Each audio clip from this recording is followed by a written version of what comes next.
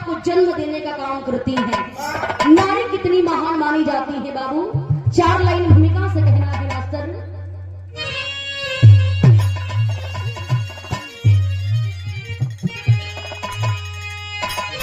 जन्मदायनी जग में नारी कहाती,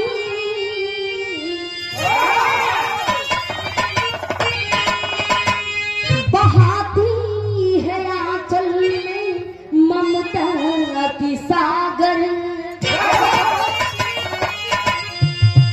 सारा जहां है कर्जदार इनका,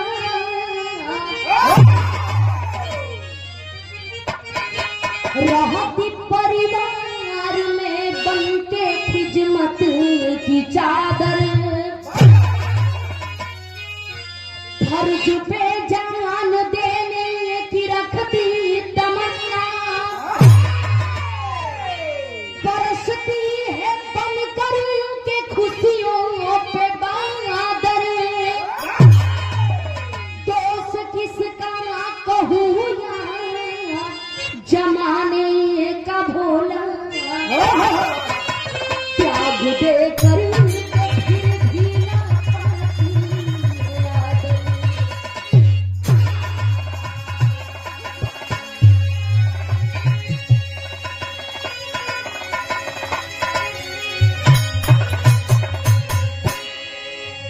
नारी का सम्मान नहीं करते, उनके लिए कवि जी बड़ा बढ़िया लाइन लिखले हुन। एक लाइन गजल का अंदाज है मास्टर, कैसे?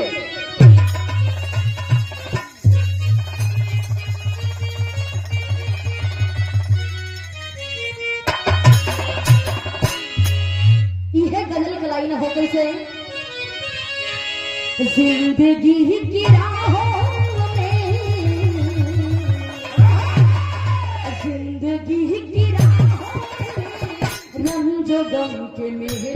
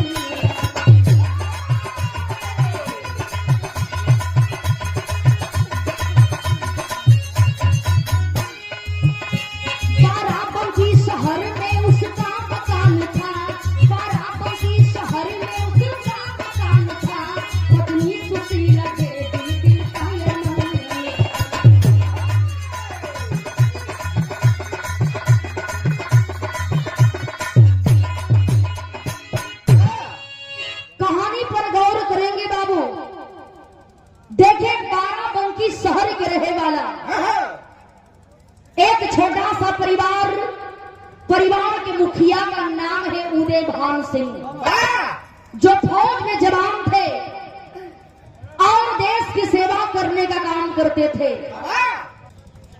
पत्नी के नाम सुशीला देवी। शादी भइले धीरे धीरे बाबू 4 साल 5 साल 6 साल गुजर गई रहल।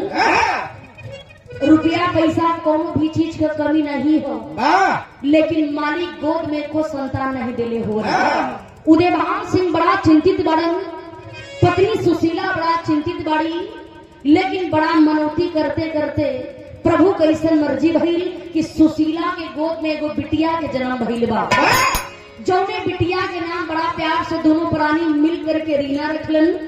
रीना धीरे धीरे हाई स्कूल पास करती है, इंटरमीडिएट पास करती है। जब बीए 3rd ईयर के एग्जाम देने लगली, उदय भान सिंह बड़ा खुश बढ़न। वही बगले के रहे वाला केदारनाथ सिंह का बेटवा जेकर नाम सुशील सिंह बा। लोग बड़ा प्यार से उनकरा के श्यामू कहें। वही सुशील सिंह नाम के लड़का से अपना बिटिया रीना के शादी तय कर दिलन। जब शादी तय के लिए बड़न ए बाबू देखें, शादी का डेट रखा गई बा, बारात आइल हो। रीना बिटिया दुल्हन बन करके और जैसे ही गाड़ी में बैठे जा रहल बाड़ी, माई बाबू के चेहरा के देख के रोत बड़ी कि माई बाबू पापा मम्मी हम भले बिटिया बाड़ी, लेकिन हमरा के बिटिया ना बल्कि बेटा बना करके आज पढ़ा लिखा करके हमरा कैसन बनौले बाड़ी। ए बाबू माई बाबू के आंख में आंसू बा। माई विदाई करत बाड़ी, ए बिटिया ससुराल जात बाड़ू ना, तोहरा के हम बड़ा अच्छा संस्कार देले बाड़ी। जा करके हमरे पगड़ी के लाज रखी हा, हमने के मान सम्मान के बचावे के काम करी हा। ए बाबू देखें, आज ये बतिया के सुन करके रीना बिटिया दुल्हन बन करके अपना ससुराल में गई ना। जब ससुराल में गई, शादी भइले करीब 4-5 दिन बीतल बा। उदय भान सिंह की ड्यूटी जम्मू में लगी है। छुट्टी लेकर के घर आई रहलन। अब सोचत हुन कि अपना पत्नी सुशीला के अकेले कैसे छोड़ी। उदय भान सिंह अपने साथ में अपने पत्नी सुशीला को भी लेकर के चले जाते हैं जहाँ पर ड्यूटी करते थे। ड्यूटी करके बाबू शाम का वक्त बा, ड्यूटी करके आके दोनों प्राणी घर में आराम करत हुन। बड़ा तमाम फौजी भाई लोग अपना अपना रूम में सब आराम करता। तब तक एकाएक बाबू होता है क्या, कहना है मास्टर।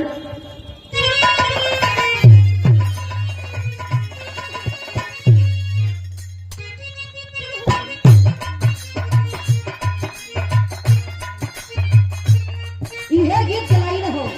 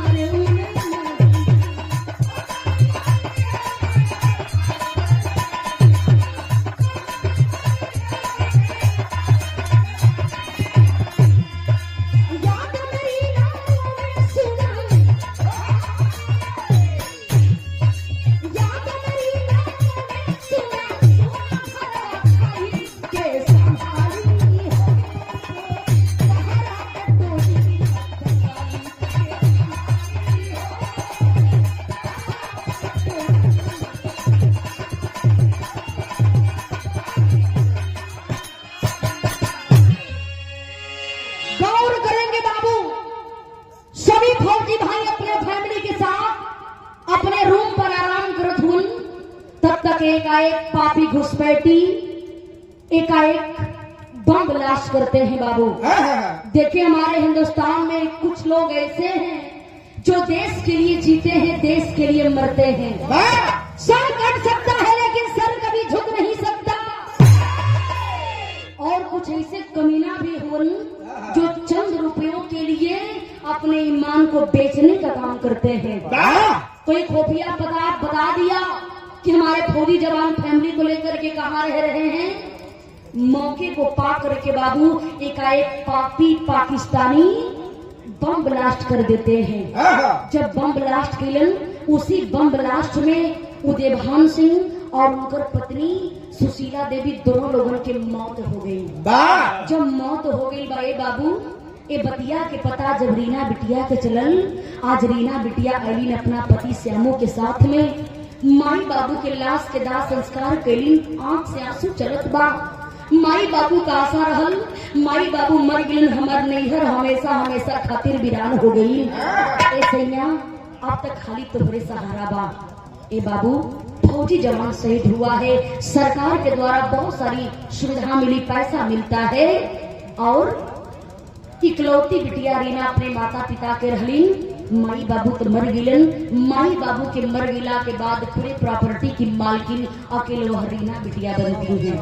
जब बनी ना दिमाग में वो विचार आई हो का विचार मास्टर यहाँ गीत लगल।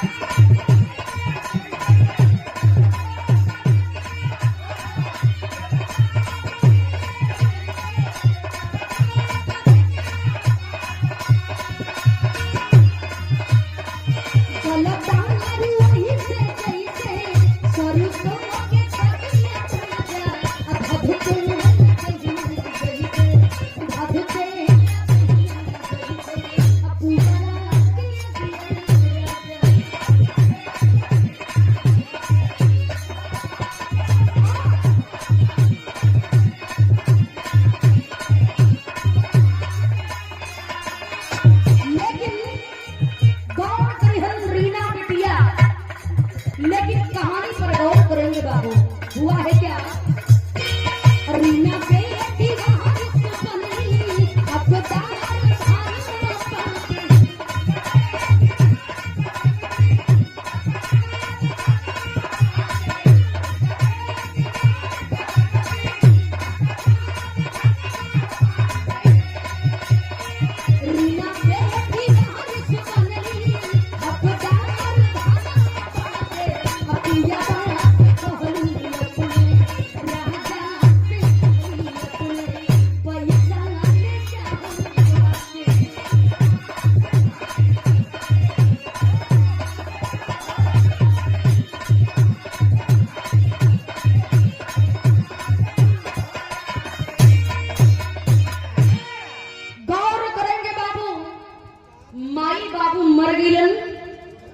माई बाबू के मर गिला के बाद रीना बिटिया भैया पूरे प्रॉपर्टी की इकलौती मालकिन भइली न।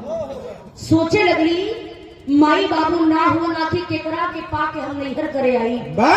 रीना बिटिया को सरकार के द्वारा जो सुविधा मिली, जो पैसा मिला और जो अपना पास प्रॉपर्टी रहल, पूरे प्रॉपर्टी को बेच करके सारा पैसा ले जा करके अपने पति सुशील सिंह के दिली। कलीन किए सैया माई बाबू की मर गिला के बाद अब तो ही हमार माई, तो ही बाबू और तो ही हमार पति बड़ा। देखे बाबू सुशील सिंह जब पूरे पैसा के पहले जा करके दिल्ली शहर में एक छोटा सा बिजनेस चालू कैलन। जब छोटा सा बिजनेस चालू कैलन धीरे धीरे समय बीते लागल। मालिक कैसन मर्जी भइल बाबू कि बिजनेस इतना तेज तरक्की कैले बा कि सुशील सिंह उस दिल्ली शहर में बहुत ही जाने माने सेठ बन गए। बहुत बढ़िया सेठ बन गए। लोग उनकरा के सुशील सिंह ना बल्कि सुशील सेठ के नाम से जाने लगलन। देखें बाबू, जैसे जैसे पैसा बढ़े लागल, जैसे जैसे आमदनी बढ़े लागल, वही तरह सुशील सिंह का नियत भी बदले लागल। बड़े बड़े शहर में आप लोग जीवन जो बड़े बड़े कंपनी के जो मालिक बा, महीना में 2 बार 3 बार लोग कोनो भी फंक्शन होला, बढ़िया बढ़िया लोग पार्टी देवे का काम करेलन। हर पार्टी में निमंत्रण सुशील सेठ के भी मिले लागल, जाए लगलन, देखे लगलन, अपने घरे भी पार्टी देवे लगलन। ए बाबू देखें, यही तरह पार्टी में जात जात देखें कि जो बड़े बड़े कंपनी के मालिक लोग हुन, उन्होंने लोगन का मुंह एकदम देखही लाखना एक नंबर का करिया कोयला हुन, लेकिन जब उनका सेठाई लोग रहे, एक नंबर का पतल एकदम चिकन चाकन खूबसूरत को जवाबे नहीं हो। देख करके ये अपने मन में विचार करत हूँ कि बारे भगवान, हम जितना सुंदर बाड़ी हाई सेठ जी का मुंह देखे लायक नहीं बा, लेकिन सेठाई का तो कोनो जवाबे नहीं थे। एगो हमार पत्नी रीना बाड़ी, इन्हा लोगन के आगे तो कुछ है नहीं है। ए बाबू देखे जैसे जैसे पैसा बढ़े लागल, पैसा के पाक नियत भी बदले लागल। बारे सुशील सेठ सोचत हुन कि रीना का हमरे लायक नहीं बाड़ी। तब तक सुशील सेठ के पास एक सुषमा नाम की लड़की आती है। जब सुषमा नाम की लड़की के एंट्री भइल बा, बड़ा खूबसूरत शरीर ले हो, चेहरा के कोनो जवाब नहीं बा, हाफ जींस पहले बा, टी शर्ट पहले बा, चश्मा लगावे के आँख पे तो खुला बाल पर लगौले हो। जाके कहे लगल कि सर, मैं आपके पास बड़ा आशा विश्वास के साथ आई हूँ, क्या हमें कोई नौकरी मिल सकती है? जब ऊपर नीचे पूरा सीढ़ी देखल करन की बस अब यही के इंतजारे रहल हो। मामला सेट हो गया। देखा वो में तो सेठ बनी हो। देख करके सेठ जी पूरा लट्टू हो गए, कलन की बस करा भी नहीं के इंतजारे रहल हो। देख करके सुषमा के एकदम पगला गईलन। देखें और अपना सेक्रेटरी बना लेते हैं। सेक्रेटरी बना करके अपना पास अपनी कंपनी में रखना, कलन कि तुम हमारी सेक्रेटरी हो और हमारे साथ में रहना होगा। मेहरारू का कई रूप होला ए बाबू, रूप की ही पूजा होती है। देखा एक वो भी पत्नी है रीना जो अपने पति के लिए सब कुछ कुर्बान करने पर तुली है।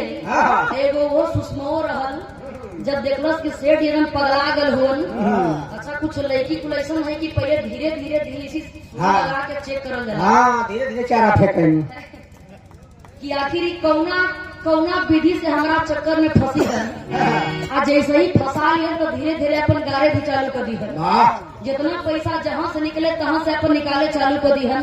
उस उसमें बड़ी तेज बड़ी चढ़ाक रहल।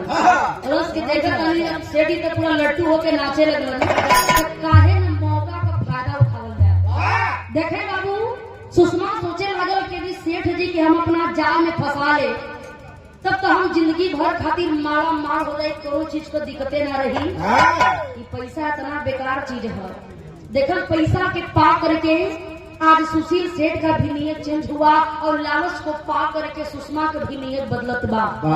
ए बाबू देखें, अब सुषमा के साथ मिले करके बड़े बड़े मॉल में कपड़ा खरीदावे बदे चल जाए, बड़ी बड़ी गाड़ी में घुमावे का काम करें। ए बतिया के चर्चा, ये बात की चर्चा देखें जब रीना के चलल हो कि हमारे सैया जी के रास्ता गलत जगह पर जा रहल बा। एक दिन की बात है, सुबह का वक्त बा, सैया जी उनकर निकल के घर से बाहर जाना चाहत हुन।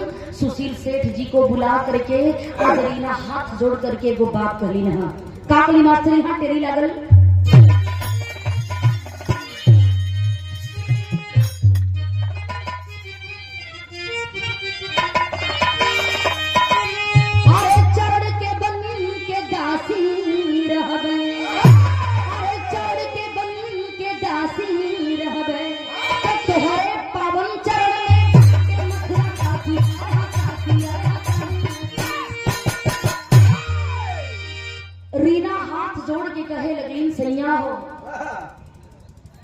एगो बात हमारा ध्यान से सुना। आखिर हमारा प्यार में ऐसा कौन कमी रह गई? माई बाबू मर गिलन, पूरे प्रॉपर्टी के मालिक आपके हम बना दिली। आपे हमार माई बाबू, आपे हमार पति हवा, लेकिन एक अनजान लड़की के चक्कर में फंस करके आखिर हमरा प्रति आपके अंदर का सम्मान कहे खत्म हो रहल बा। ए बाबू रो रो करके आज रीना अपना सैया से कहत बड़ी, का कहली?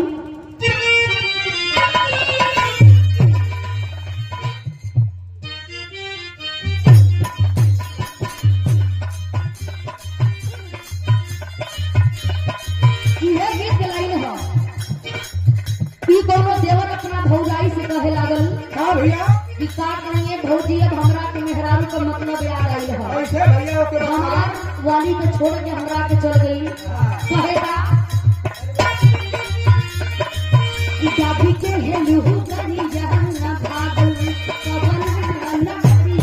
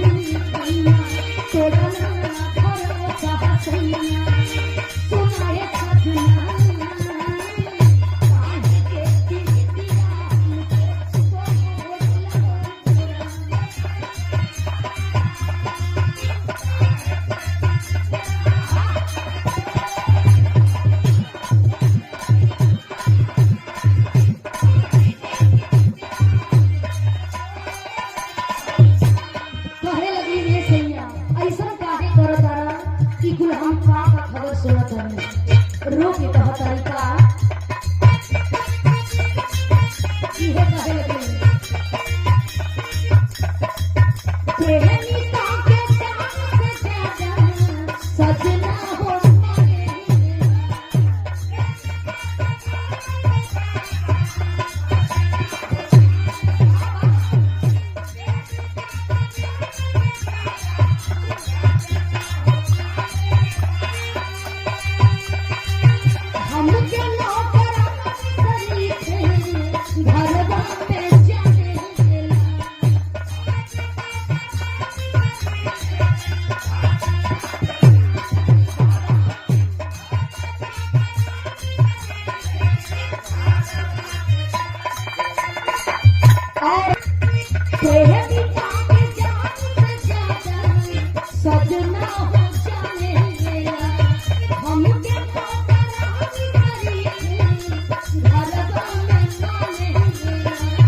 जीवन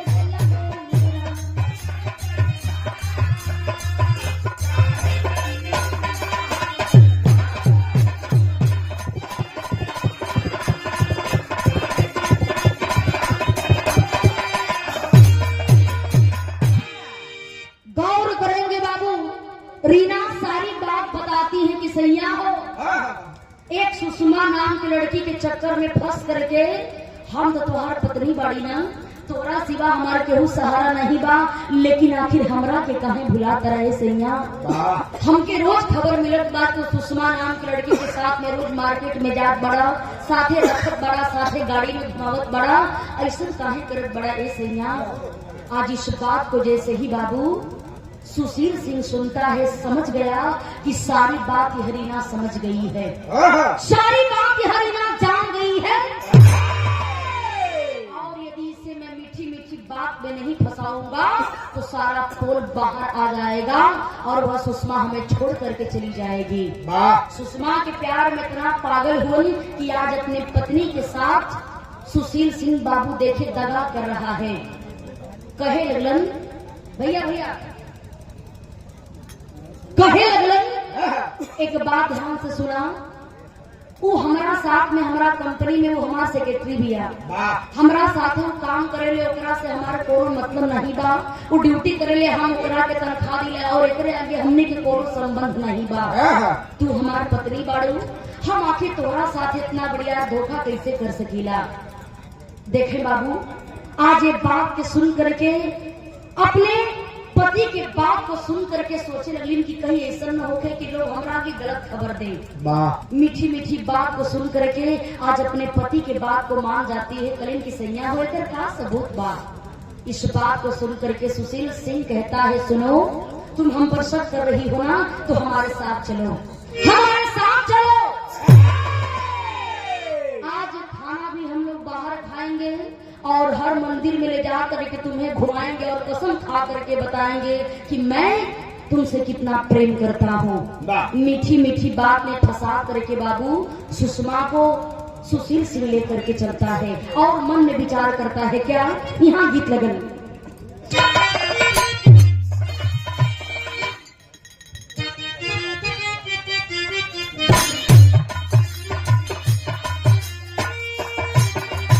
यह गीत गाई हम माता लोगन गावेली।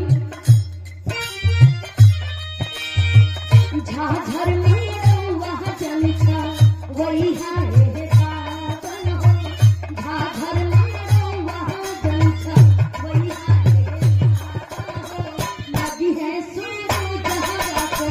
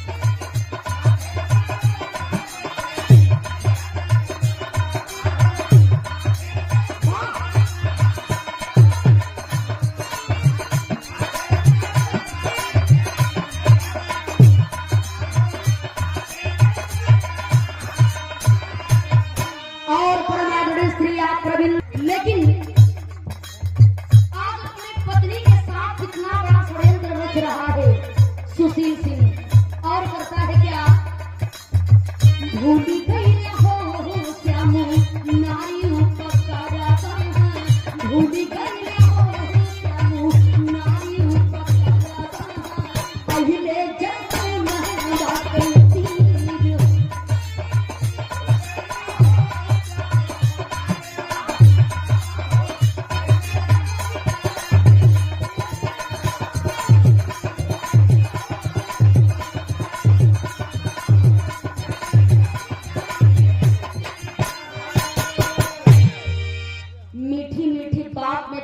करके सुशील सिंह अपने पत्नी को लेकर के बाबू दिल्ली शहर में निकलता है।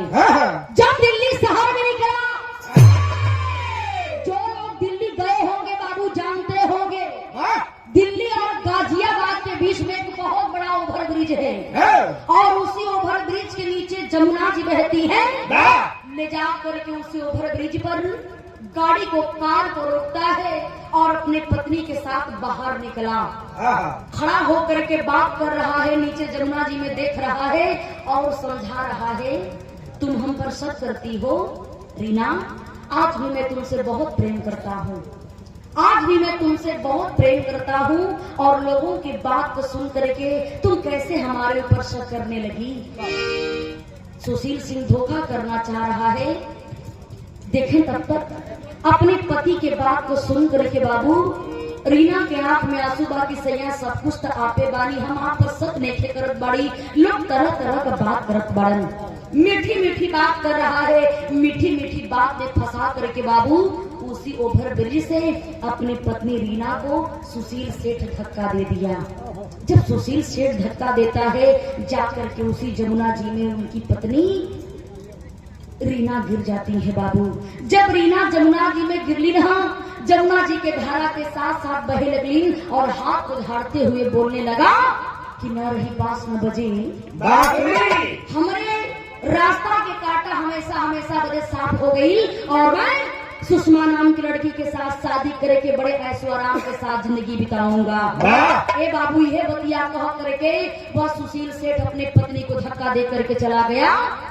देखें इधर जमुना जी के धारा के साथ साथ रीना बह रहल बड़ी और बहते बहते एक किनारे जाकर के लगली न। हम शाम का वक्त बा, कुछ मल्लाह भाई नैया के किनारे करत हुआ, तब तक एक मल्लाह के नजर पड़ल हो। जब नजर पड़ा सोचे लगलन करे इत कोनो औरत के लाश बा, जरा बाहर निकाल के देखल जाए कि लाश के अंदर जान बा कि नहीं। तब तक देखे 4 मल्लाह आते हैं बाबू और रीना को बाहर निकाल करके देखते हैं कि रीना का सांस चलत बा।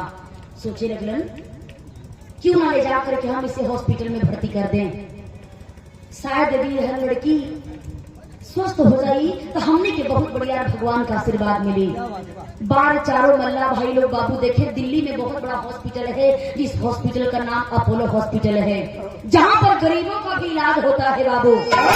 चारों मल्ला भाई देखे उस रीना नाम की लड़की को, उसको उठा करके और हॉस्पिटल में ले जा करके एडमिट कर ले रहा। डॉक्टर साहब आते हैं, रीना की हालत को देख करके कहते हैं किसे कहां से लाए हो। चारों मल्ला भाई कलन के डॉक्टर साहब, हम सुनले बाड़े की डॉक्टर साहब लोग दूसरा भगवान का रूप होलन, पैसा से तो आप लोग बड़ा दवाई करीला, तनी बिना पैसा के भी एगो दुखिया के ऊपर उपकार करा।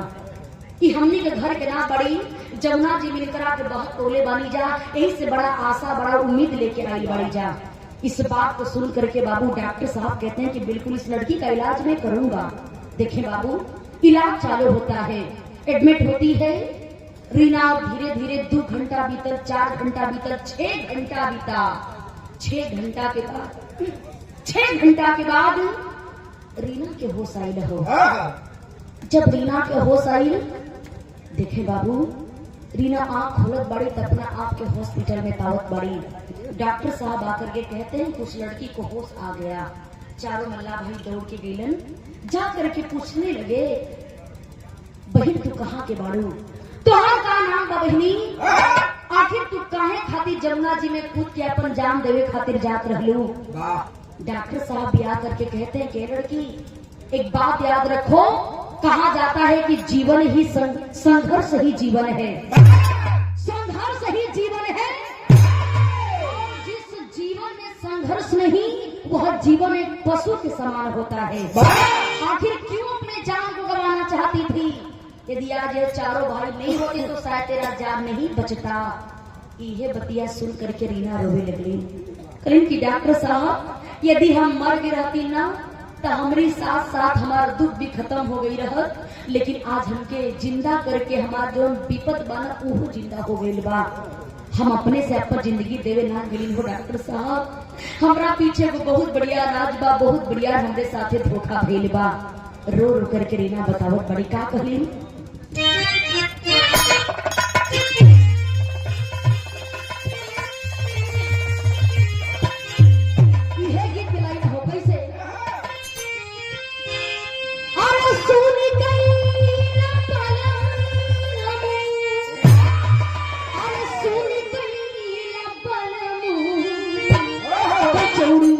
गली सुन कैला मिर्जापुर के कैला गुलजार हो गली सुन कैला।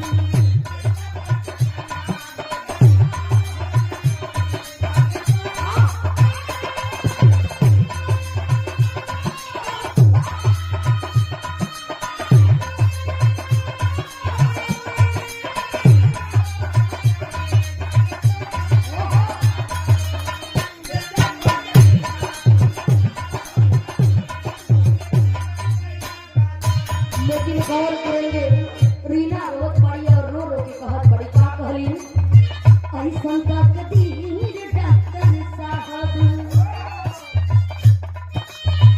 ऐसन का कदीर डॉक्टर साहब, कैसे सुनाई अपन पीर होती, ऐसन का कदीर डॉक्टर साहब।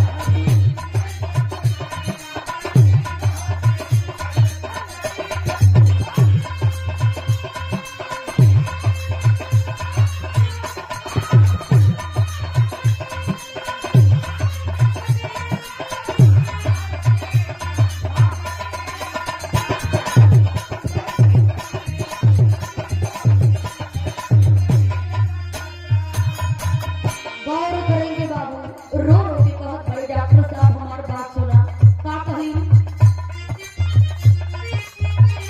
इहे कहत रही, मर जाए दिहले होता दुखिया के जग में,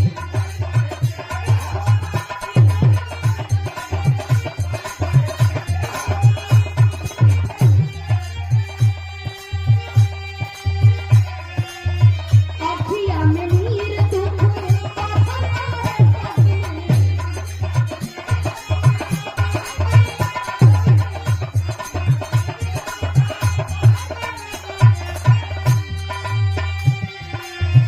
ऐसन का कदीर डॉक्टर साहब, ऐसन का कदीर डॉक्टर साहब, कैसे सुनाई अपन पीर होती, ऐसन का कदीर डॉक्टर साहब।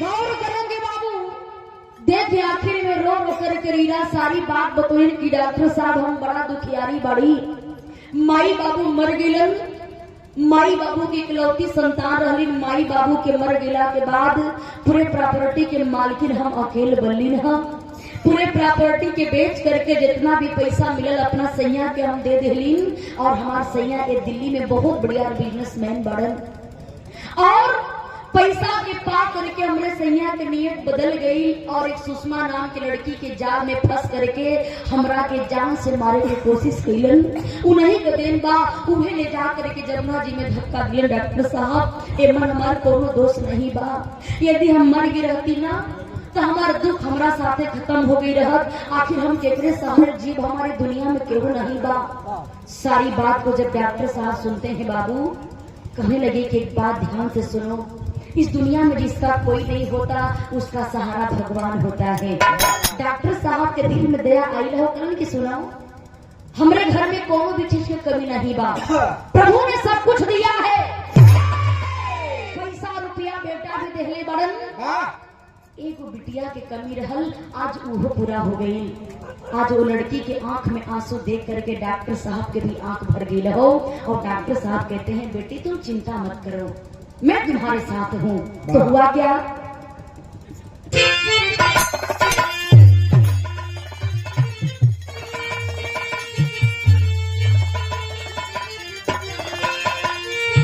सुन के व्यथा को अरे आंसू रही बहाई डॉक्टर साहब, सुन के व्यथा को अरे आंसू रहे बहाई डॉक्टर साहब, अपन धर्म का पेट लिए बनाई डॉक्टर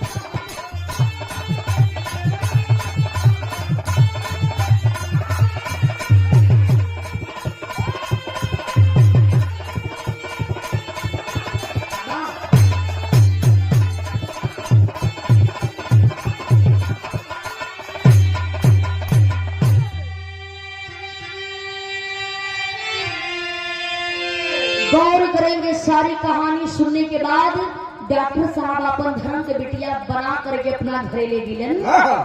ये बाबू रीना तो पढ़ी लिखी थी, करण की सुनो रीना, मैं तुम्हारी जिंदगी को बदल दूंगा और भगवान पर भरोसा रखो, यदि तुम पढ़ना चाहती हो जो तुम्हारे दिल में आए वो तुम बन सकती हो, मैं तुझे बनाऊंगा।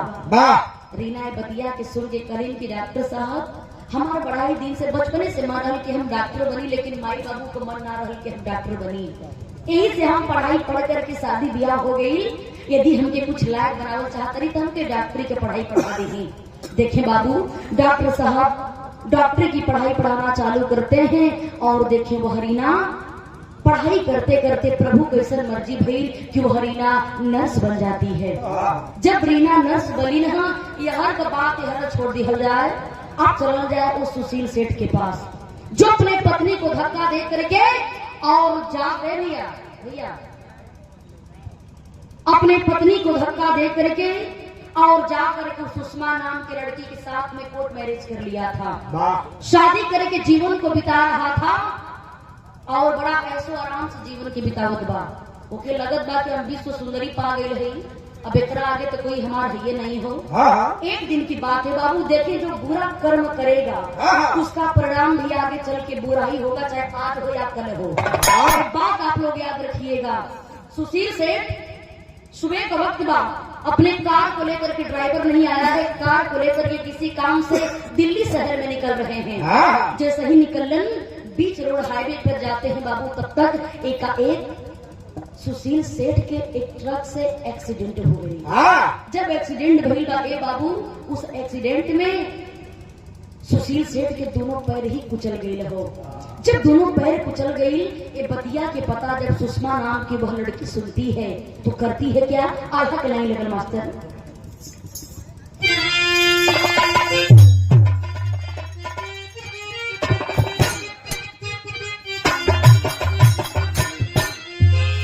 गौर करी सुषमा नाम की लड़की जब इस बात को सुनी तो करती है क्या, अरे आके यस पता आके यस पता भर्ती भइले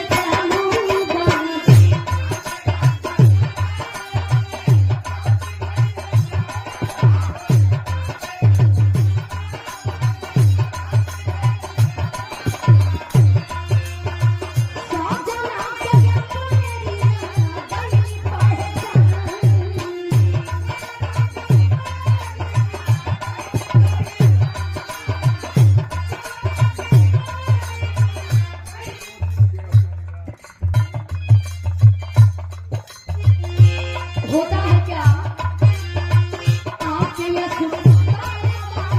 भर्ती भइले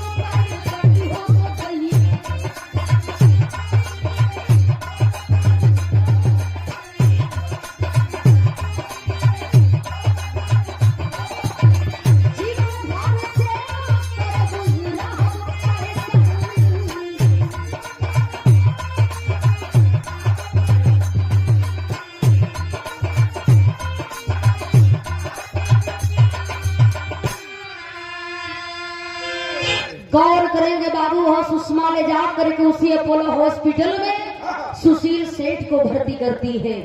जब भर्ती कैली, बारे मालिक तेरी भी लीला गजब है। वही अपोलो हॉस्पिटल में बाबू देखें नर्स बन करके अपने सपने को पूरा कर ली है। वो हरीना नर्स बन करके ड्यूटी करने का काम कर रही है। नर्स के लिबास में है, अपने चेहरे को ढकी हुई है, लेकिन जैसे ही सुशील सेठ को देखती है, देख करके पहचान गई कि रे ई तो हमार सैया हुवन, ई तो हमार पति हुवन। लेकिन बारे वह पत्नी अपनी पत्नी धर्म को निभा रही है कि हमारा सैया चाहे जैसा नहीं बारन, लेकिन आज भी इनकरा नाम के सिंदूर अपने मांग में हम भरे के काम करीला। जैसा ही कर्म हमारे साथे केले बड़न, यदि हम उनकरा साथे ऐसे कर्म करब तो हमारी में और इनकरी में अंतर का रह जाई। इंसानियत निभाने का काम कर रही है वो रीना। देखे बाबू, रीना समझ गई ये हमार सैया हो, चाहे कुछ भी हो जाए इनकरा के हम कुछ होके नहीं दे। डॉक्टर साहब के पास जाती हैं, सारी बतिया बतौली कि डॉक्टर साहब जेकर हम बात करत रही ना वो हमार पति के और ना ये हॉस्पिटल में भर्ती बड़न, वो सुशील सेठ बड़न। ये बाबू देखें, डॉक्टर साहब हालत को देख करके कहते हैं कि सुशील सेठ का दोनों पैर काटना पड़ेगा, बहुत बुरी तरह से कुचल चुका है और दोनों पैर को काटना पड़ेगा और इसके सिवा कोई दूसरा इलाज नहीं है। देखें बाबू, सुशील सेठ के दोनों पैर कट गए हो। ये बतिया के पता जब सुषमा के लगल, देखे वो भी पत्नी है, इतना बुरा कर्म होने के बाद भी अपने पति की रक्षा करने के लिए तैयार है। और जो नीलम मेरे से बिया भई रहो सुषमा से, जब सुषमा सुनले भी है कि एक दोनों पैरवे कट गई है, कलश की जौने मारे लगा भनी तौने पड़ल, सोचली कैसे बिया करके खूब बढ़िया से रंजगन से जिंदगी बिताई, और जब एक दोनों पैरवे कट गई हो तबो पनिया बरा दी।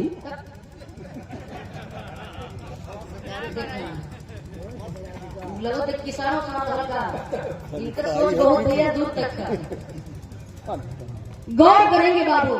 देखे सुषमा के देखे बड़ा खराब लगे कि यदि एकरा के हम बैठा करके अपना साथे घूमे बदल लेके जाए तो हमारा बड़ा अपमान में बड़ा इंसल्ट हुई। और कहे कि सुषमा एक नंबर की हीरोइन वीआईपी लड़की भी है, हस्बैंड ऐसा बा कि दोनों पैरवे के लंगड़ हो, अब तो हमारा बड़ा विपद हो जाये। देखे सुषमा का गाड़ी अलग रहल, सुशील सेठ का गाड़ी अलग रहल, लेकिन जो सुषमा के गाड़ी चलावत रहल जो ड्राइवर का नाम रहल सुरेश ड्राइवर। सुरेशो के नजर खाली सुषमा के तरफ रहबे करे। धीरे धीरे अपन हो अपन लहरा बाहर में रहे कि शायद कहियो हमारे ध्यान से ताक दे। हाथ फेर ले। देखे बाबू, आखिर में अब जब सुषमा वही लाइन कही है तो समझती रहल, प्लस की बेटा जब मौका आएगा तब हम बताएंगे। अब सुरेश ड्राइवर के बुला के कहती है कि सुनो, हम जाना तनी कि तू हमरा पर मरेला, हमरा से प्रेम करेला। ड्राइवरवा ई बतिया सुन के पगला गल, करे बाप रे बाप के भइल का है। प्लस की नहीं मालकिन ऐसा कोनो बात ना भाई, हम ड्राइवर गाड़ी हमारा तने औकात हो, प्लस की नहीं। एक बात ध्यान से सुनो, जानते हो इस सुशील सेठ से हम बियाह करीन की जिंदगी बढ़िया से बीती, लेकिन एक जब दोनों पैरवे कट गल तो कुल काम खत्म हो गल। एक काम करा, यदि हम दोनों मिल करके सुशील सेठ को मार देंगे और दोनों शादी करके जीवन को अच्छे तरीके से बिताएंगे और मैं इस पूरे प्रॉपर्टी की मालकिन हो जाऊंगी।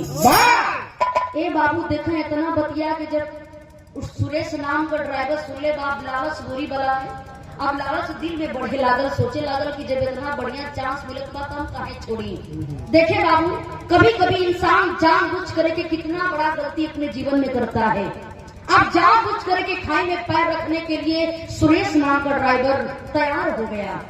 सेटिंग सुषमा बनाती है कि रात को 12 बजे एंट्री मैं कराऊंगी, अपने साथ में पिस्टल लेकर के आना। जिस वार्ड में सुशील सेठ भर्ती है उसी वार्ड में आना, पिस्टल लेकर के आना, मैं बल्ब को बुझाऊंगी और गोली मार देना और हमेशा हमेशा के लिए हमारे रास्ते का कांटा खत्म हो जाएगा। और एक तरह बात पैसा पावर रही है जो हुई तो हम देख ले। लालच में पड़ करके सुरेश ड्राइवर सारी बात को मान गया, वापस चला गया बाबू। लेकिन बारे बहरीना नर्स के लिबाज में है, बगलिए में पर्दा के आड़ में सारी बतिया के सूरत रहली। सोचत बड़ी बार सैया, ई जौनी लड़की खातिर तू हमरा के जान से मारे के कोशिश कैला, आज वही लड़की तोहार काल बन के खड़ी हो गई। लेकिन सोच रही है कि चाहे कुछ भी हो जाए लेकिन मैं अपने जीते जी ऐसा नहीं होने दूंगी। एक वो भी पत्नी है जो अपने पति धर्म को निभाने के लिए तैयार है। सोचे ललिन की जान जाए चाहे रही, लेकिन मैं मरते दम तक अपने पति की रक्षा करूंगी। ऐसे कुछ कहती नहीं है, सोचने लगी मर जाऊंगी, जिंदगी खत्म हो जाएगी, लेकिन कम से कम हमारा सैया तो बच गई है। तब तक देखे बाबू अपने मन में विचार करती है, वो हरीना करती है क्या?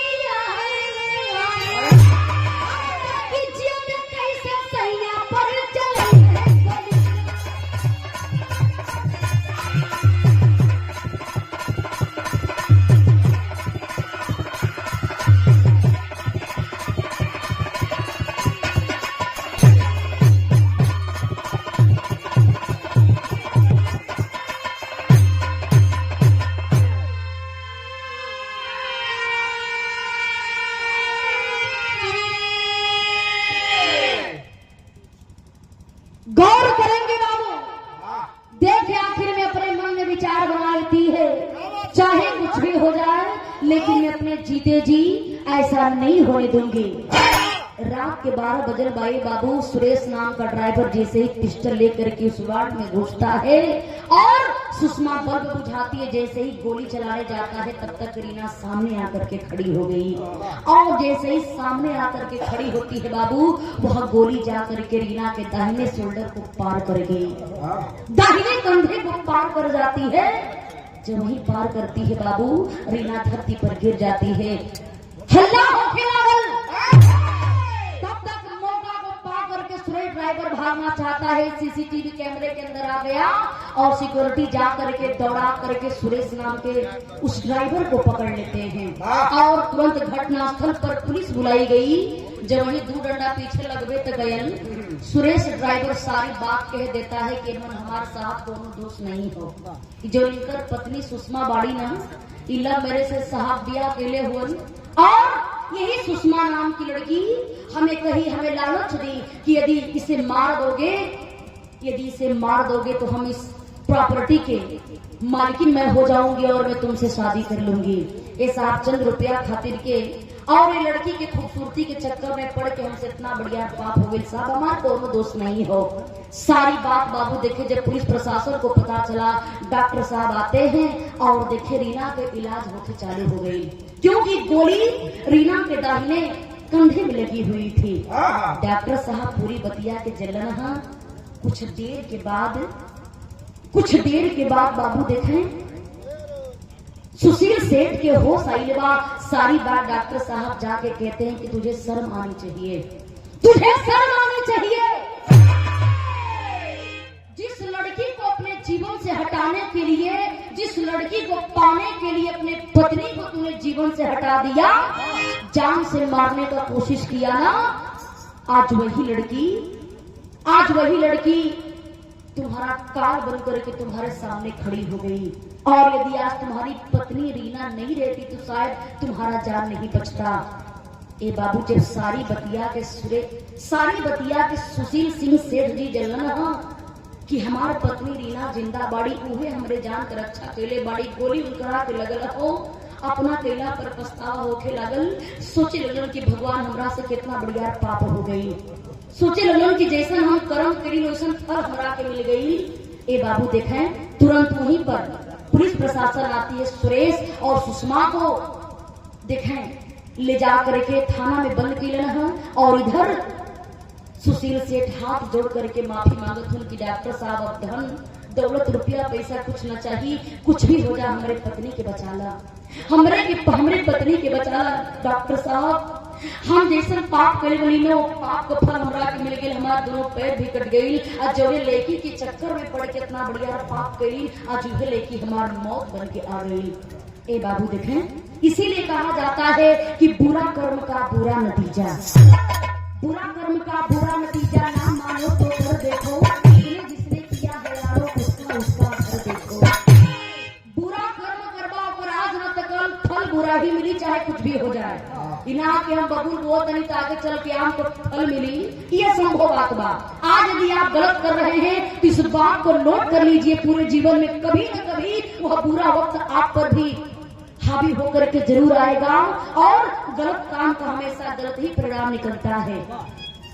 देखें सुषमा की जान बचल और सुषमा जेल चली जाती है, रीना की जान बचल हो और अपने पति को लेकर के बाबू हमेशा के लिए उस दिल्ली शहर से बहुत दूर चली जाती है और अपने जीवन को बिताने लगी। तो कहानी खत्म हुई, लास्ट की लाइन में कहना है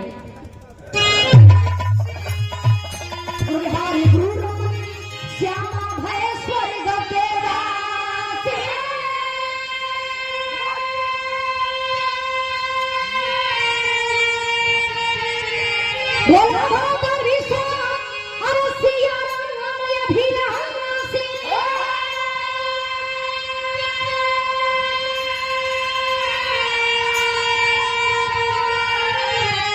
चढ़ के